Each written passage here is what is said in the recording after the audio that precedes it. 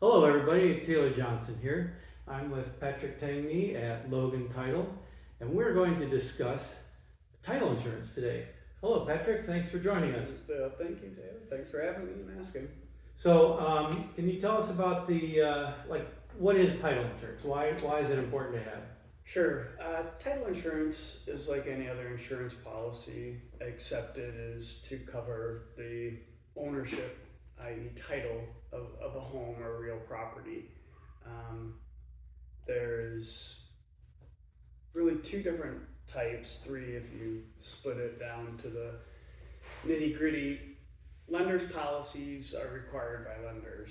All federally insured lenders require the title company to research the title and name them as a beneficiary of a title insurance policy, saying, they're going to be in first position on the home behind the new owners. Okay. There are two different levels of owner's title insurance, And the owner's title insurance is optional, right? the owner's title insurance is optional. Okay. We do always Recommend it. encourage and recommend. I do as well. To do Yep. that. All of the financial gurus nowadays recommend that buyers pay it. It's a one-time premium, and it stays with them as long as they own the home. And several occasions and instances in the district, especially, those extra $600, $700, $800 have well served a buyer, because our attorneys then step in and clear any title issues. Okay. So going back to the two types of owner's title There's insurance enhanced and and a basic basic. policy. Okay, right? The enhanced is about 18% more than the basic, so there is a cost difference. The enhanced does give a buyer more coverage in that owner's title insurance policy. My legal opinion is that one of those added coverages are worth it, and that's what they call the inflationary clause. The inflationary clause allows the policy the policy top amount to increase Based on inflation. as the value increases. Okay. And it's a stepped increase. It increases 10% per year for 5 years. So after someone, hypothetically, if someone were to buy a home at $1 million, and that's not so out of the ordinary. Not in DC, that's for sure, right? In 5 years, our insurance policy that we offered and sold to the buyer would cover up to $1.5 million of any legal expenses, clearing title, etc. Okay. And we do see a lot of buyers in the district acknowledging that their property value does increase almost that amount. Right. So we do have a lot of people opt for the enhanced coverage. The basic coverage gives a lot of the same coverages as the enhanced, as far as forgery, if there's fraud in the chain of title, if something wasn't recorded properly by the District of Columbia, which we've had on several occasions come You up. mean like somebody bought a property, the district never recorded it, and then it transfers to another person, and there's sort of a hole in that chain? Exactly. Okay. That's one very good example. An example that we see more often, however, is that a person in the 60-year history of ownership of this property had a loan, and it was recorded against the wrong property. And it's really easy to do in that, they transpose two numbers and it goes against the condominium upstairs instead of the condominium that the buyer is buying. So our title insurance does cover errors like that. Interesting. We do, and this is what most people don't know about what title companies do, and I think Logan Title does it very well, is that we research that title report once we get it from our third-party abstractor, and we don't necessarily sound the alarm right away when we find out that there's, like you said, gaps in the chain of title or forced errors, such as a deed of trust being recorded against the wrong property. And that comes up because when we talk to the seller and they give us their bank information, their mortgage information, we see it's not recorded, then we delve deeper into the land records and we find out, okay, we do see that it was recorded against the wrong condominium, wrong property, etc. We do a lot more of that than most people realize, I think. We research extensively those first couple days we get the title report back in to see if we can solve any of those gaps in the chain of title, any misrecordings, etc. We talk with our underwriter, we give them our, review of the history of the property, and then they can recommend that we can insure over certain things, or we do have extra work, which sometimes would require. So sometimes then you have to actually clear those things before you can issue the insurance. Absolutely. Yeah. So I think we do a nice job in that specific area because we don't alarm people right away. We get our ducks in a row. We know exactly what our underwriter will and will not accept for us to go ahead and insure and close on the property. And then we go back to the listing agent, the sellers. We do notify the buyers right away as well when it comes to the point that, hey, there's a paragraph in your contract that says if we can't get clean and clear title, they get 10 extra days to clear, and if they can't, then the contract can be deemed void.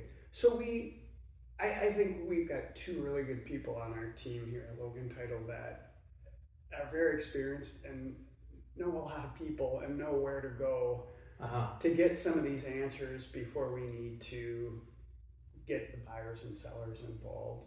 And I think that's one of those unheard services that people don't realize we do, and we spend a lot of time and effort on doing that. And it's important to a buyer, and it's definitely important to the lender to know that that's cleaned up, so the next time when our buyer goes to sell, those issues have been taken care of and documented, and possibly something recorded in the land records to reflect that they do have complete ownership, clean and clear title, it's called. So that's my pitch for why I think my team is great, because like I said, we have two ladies that are kind of like pit bulls that go after, and they don't leave until they give me an update on where they are, and we hit it early. So you've got time. So we have time. Yeah. And it's funny, on occasion, once we get past our conversation with our underwriter and notify the buyers and sellers if we have to, we do have a nice underwriter here in the local area that has good creative ways for us to continue to close. Sometimes they'll allow us to suggest buying a bond, which is kind of another little title insurance policy. We've even had our underwriter allow us to close, knowing there was an issue with the assurances that it's going to be fixed within a certain amount of time. We had a odd instance where we did a closing back in 2017, and our title report came back, and it had a certain lot and square number for this row home in Shaw, and that same couple then came back to sell, and Logan Title, the buyer, agreed to use Logan Title. We went and we looked at the land records, and the previous deed that we used and our abstractor used was one place off. So it was the neighbor's property. Which you sold the wrong house. well, the previous owners before our buyers back in 2017 had purchased the wrong house. But it was a Scrivener's error. It's a typographical error. And our underwriter looked at it. He realized it was a typographical error, but it needed to be cleaned up. So when the new buyers went to sell, this wouldn't come up again. Yes. So, we were lucky that they let us do the closing, get that cleaned up. They our underwriter, because it wasn't us that did the title the first time in 2017. It was another First American title insurance company, and they had written the policy First American, so they were kind of on the hook to clean it up anyway. So they hired a local law firm to get that corrected, and they actually had to go to the neighbors and explain and get their signatures. Interesting. That kind of parlays into, we do only underwrite with First American now. We used to underwrite with another title insurance company, but First American, in our opinion, is the biggest in the United States. Our local council is... Yeah, my understanding is there's basically two companies, right? Yeah. Two large ones. Yeah, Stewart is getting to that point, but it's usually Fidelity and First American. And the rates are regulated, right? That is correct. So it doesn't really matter from the buyer's point of view which title company they're with, because the rate's going to be more or less the same in terms of the insurance. Right. But there are other issues revolving the title company, like the research that you do. The research and our settlement fees. So yes, you are correct. Back in 2013, the DC Insurance Bureau required DC's title insurance rates to be filed, which is what regulated. So every title company, every title insurer, I should say, First American, Fidelity, Stewart, they all charge the same amount for a title insurance policy to the lender and a title insurance policy to the owner. Got it. Now, where you come in to the difference in being a consumer and searching for the best deal is our settlement fee is some of the times less than half of what other bigger title companies are. Ours is in DC $650, where we see upwards of $1,400 in some other title companies, and that $650 is what pays my team to do that research, to make sure the title is clear, to make sure the money comes in correctly, the money goes out correctly, etc. So there are, from a consumer standpoint, those dollars are big. I mean, $650 is a lot of money to a lot of people. And like I said, I think my team does great. I think we're the best value out there as far as what the bang you get for the buck. Well, and certainly as an agent who's used you frequently, I've always been very, very happy with the service that you provided. And I know that you're a top-notch title company, which is why I keep coming back to you. Thank you. So back to the insurance question. So it's optional as a buyer, you must have the lender's title insurance. Right. The owner's title insurance is optional. You could get enhanced or basic. Is there any time that you might think somebody would be okay not getting the title insurance? No, a lot of people like a new build maybe? Well, I was just going to bring that example up. A lot of people that buy new builds are like, but this is a brand new building. But the land underneath was owned by somebody else before, which can always have liens on it. You don't need to have a deed of trust or a mortgage against a building. You can have it against the land as well.